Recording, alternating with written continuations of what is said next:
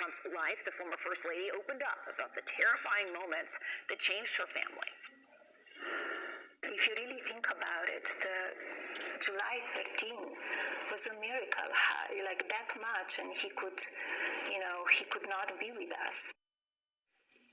CNN's Kristen Holmes is in Washington with more from Melania Trump's interview. Kristen, we haven't heard from her publicly like this in a very long time. What else did she have to say?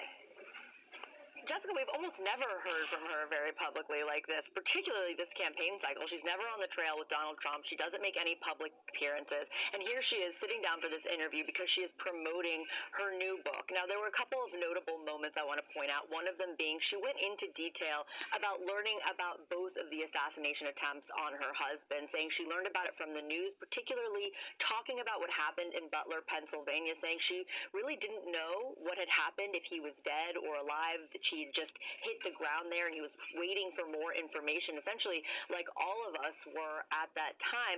The other interesting part is that she raised these kind of conspiracy theories that we have heard on the right about that day in Butler, this idea that there might be more to the story, something that she had said in a promotional video, something we have heard Donald Trump allude to, but then of course her here doubling down on that notion. She also said that she believed he survived because something or someone was watching over him. Now, one of the other moments she talked about that, again, I thought was notable was talking about the search of Mar-a-Lago in August of 2022. And as you'll remember, the FBI executed a search warrant. They were looking for classified documents that they believed Donald Trump had.